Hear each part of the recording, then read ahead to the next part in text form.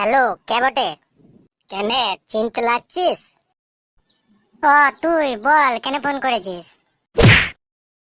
কি? কেন ফোন করেছি মানে? তোর তো চানাচুর খেয়ে গ্যাস হয়েছে, তুই হসপিটালে ভর্তি আছিস। তা আমি কি তোর খবর নেবো না? আহা, আর্ধেক খেতা দেখো, উপরে উপরে খবর লিচিস, আর তোর ভিতরে ভিতরে কেমন মজা হচ্ছে আমি জানি না। না রে, ওইরকম কিছু না।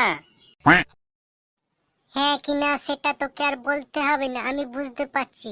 আর হ্যাঁ, আমার চানাচুর খেয়ে গ্যাস হয়েছে, আমি হসপিটালে ভর্তি আছি। তুই আবার গোটা পাড়াকে ঢেড়ি দিয়ে বলে বেড়াইছিস না তো? সবাই তো জানে। এ, সবাই জানে মানেটা কি? কেউ তো জানে না যে আমার চানাচুর খেয়ে গ্যাস হয়ে আমি হসপিটালে ভর্তি আছি। না মানে আমি দু একজনকে বলেছিলাম।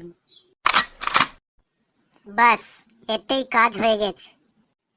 মানে?